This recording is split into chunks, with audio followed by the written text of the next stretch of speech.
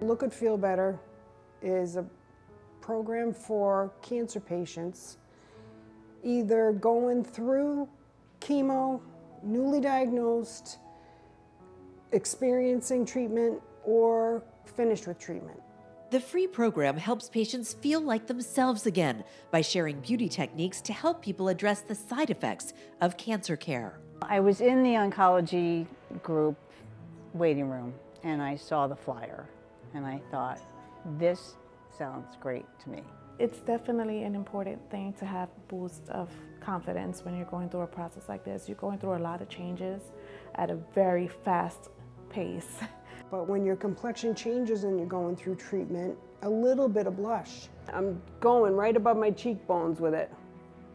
Even lipstick and the eyebrows is like a game changer. It's a nice opportunity for them to fellowship with other survivors and get new tips and tricks for makeup. Believe it or not, it's very exciting. I think that every style you choose kind of helps you develop a certain type of personality or attitude or persona, and it can be very fun when you're seeing it that way.